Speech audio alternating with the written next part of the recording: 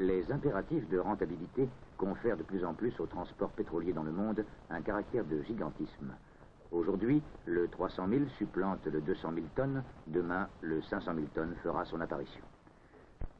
Dans le but d'assurer la réception de ces grands navires, le port autonome du Havre a entrepris un projet de port-relais en baie de Seine. La solution retenue actuellement est une vaste île artificielle implantée sur des hauts fonds à une trentaine de kilomètres à l'est du Havre.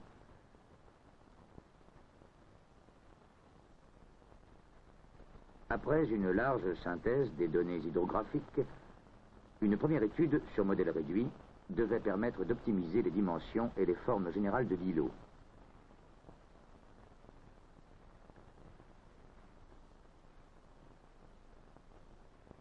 Tout d'abord, il s'agit d'étudier la propagation de diverses houles autour de cet îlot artificiel afin d'estimer la protection que l'on peut en attendre.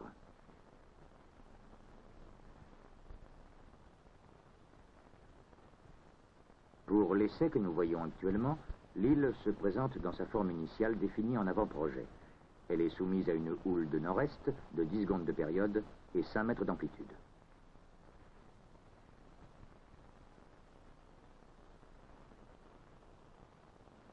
Dans cette configuration, le parement d'extrémité est du terre-plein réfléchit la houle incidente et le gaufrage qui en résulte affecte la zone prévue pour la prise des remorques et l'évitage.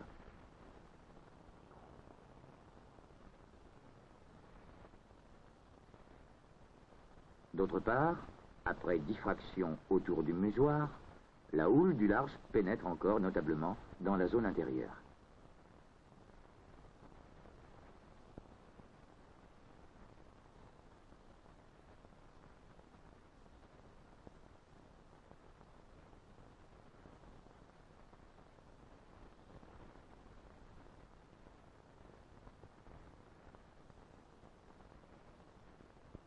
Cette même forme n'offre pas davantage une protection satisfaisante contre les houles du secteur extrême ouest-sud-ouest.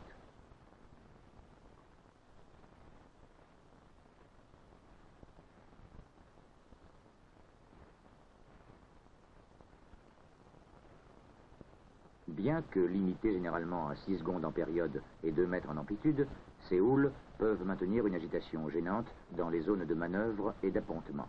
De plus, la présence d'un navire en pleine charge à l'appontement provoque un clapot important entre son bord très immergé et le quai parallèle.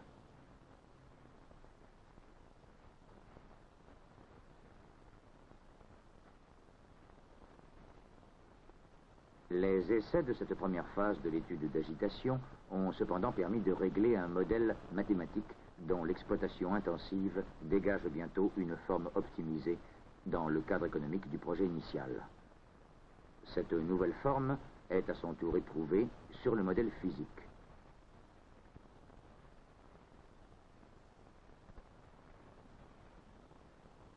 Un prolongement de 300 mètres en digue mince du bras est supprime le gaufrage qui apparaissait avec les houles du nord-est.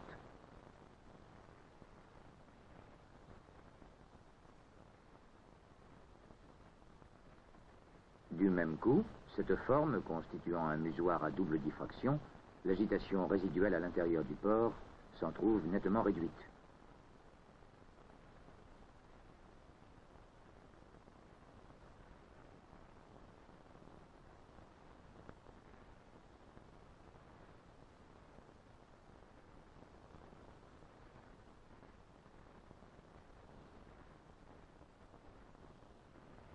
Enfin, la protection contre les houles d'ouest est sensiblement améliorée grâce à une deuxième digue mince prolongeant le bras sud de 300 mètres.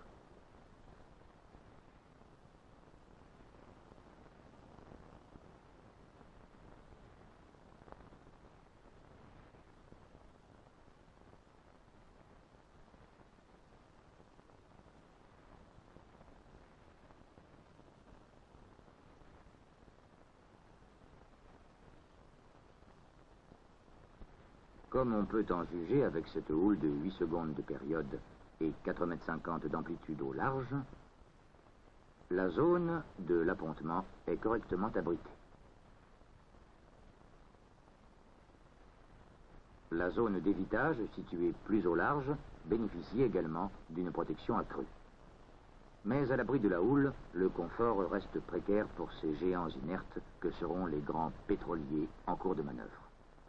Le courant, en particulier, même faible, peut compromettre des opérations d'approche et d'accostage. Il y a donc lieu de prévoir comment l'implantation d'un obstacle artificiel de dimension aussi importante va modifier localement la propagation des courants de marée. La forme de l'îlot est représentée à l'échelle du 1/300 sur une vaste plateforme où un courant permanent circule par gravité.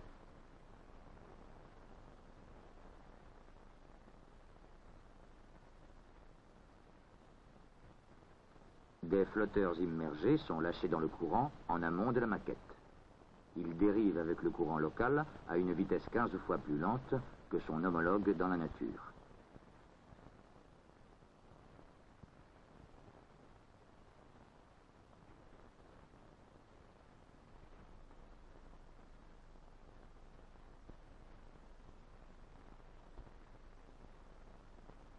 Une série de chronophotographies aériennes permet de reconstituer le champ des vitesses ainsi visualisé par les flotteurs sillonnant le plan d'eau.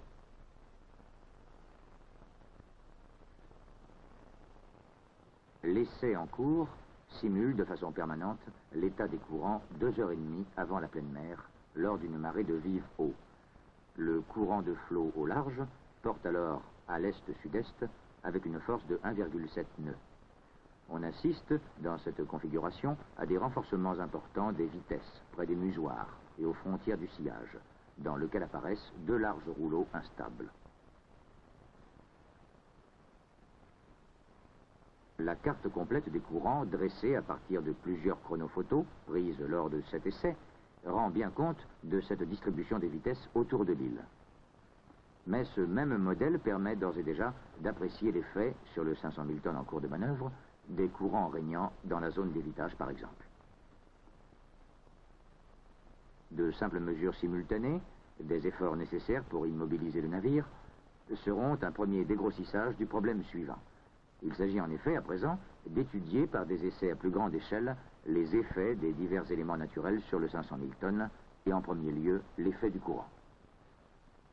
C'est par une série de remorquages à vitesse constante que sont étudiées sur ce modèle au 1/80e les sollicitations hydrodynamiques que reçoit la carène du navire de la part de courants, de forces et d'incidences diverses.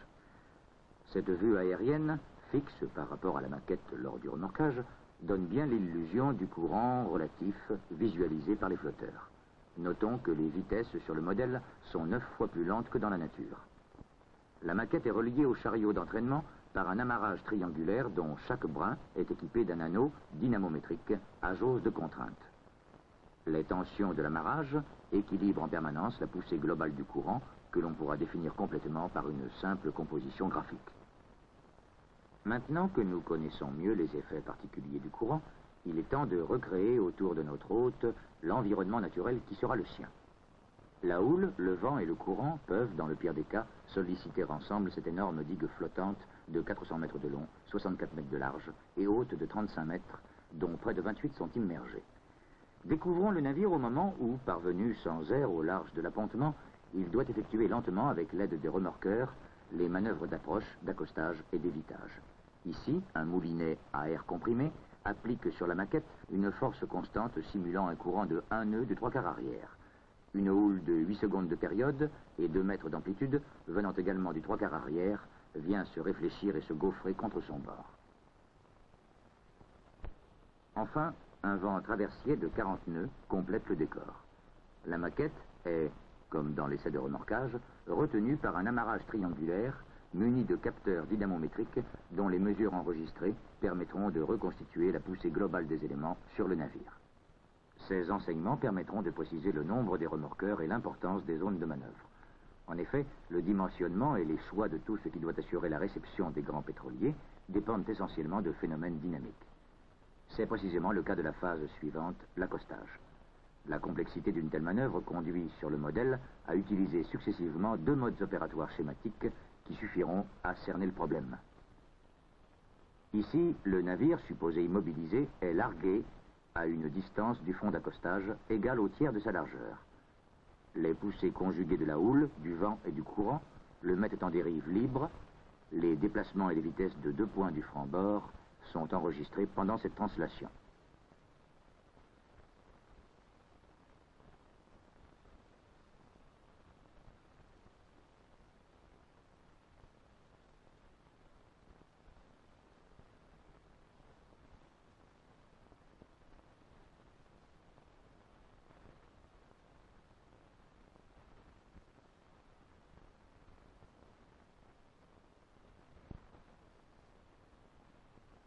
Pour cette prise de vue, les vitesses sont restituées aux 7/10 des vitesses réelles dans la nature.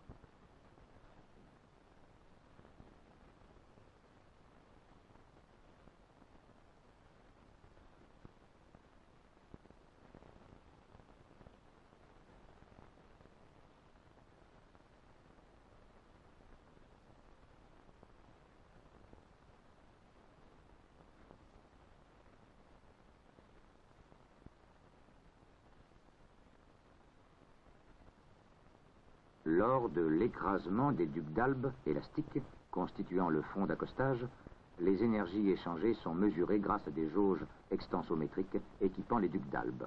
Signalons que le duc d'Albe, avant, absorbe dans ce cas une énergie de 3000 tonnes-mètres.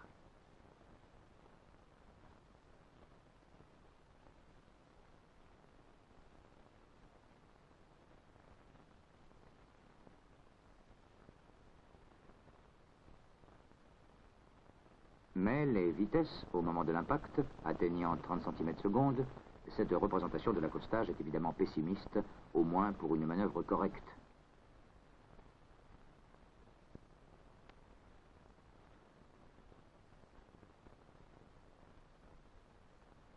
En s'imposant de ne pas dépasser des vitesses à l'impact supérieures à 20 cm/s, des essais plus systématiques vont compléter et éclairer les précédents.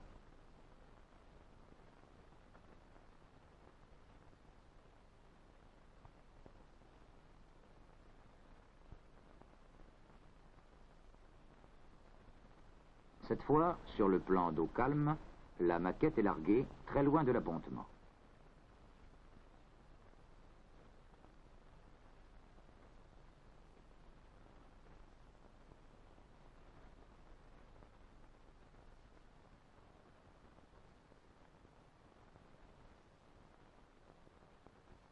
Sous l'effet de force constante, elle dérive en translation. On aperçoit ici le moulinet à force constante, les capteurs de déplacement, enfin les ducs d'Albe. Le régime de vitesse limite est atteint avant l'écrasement des ducs d'Albe, qui absorbent alors les énergies significatives de l'accostage réel simulé.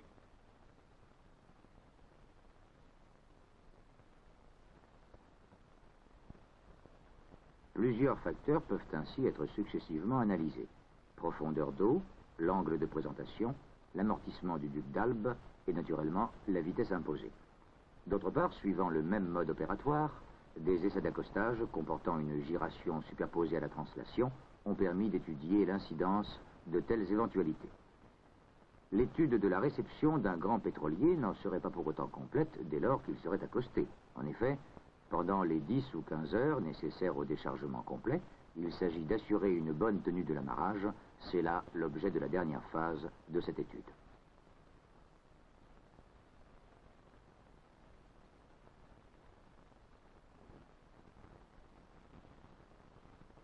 L'amarrage envisagé comporte 5 lignes d'amarre de 4 à 6 brins chacune, les 2 ducs d'Albe participant ou non à la retenue du navire.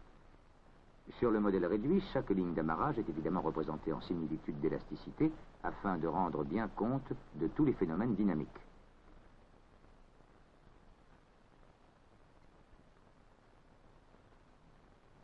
Le navire est représenté ici en position sur ballast.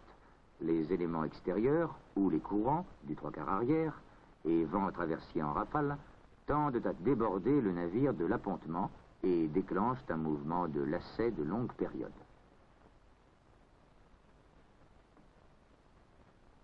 Du fait de l'inertie importante du navire, ces phénomènes dynamiques paraissent essentiels pour la prévision des maxima de tension dans les haussières et d'énergies absorbées par les ducs d'Albe.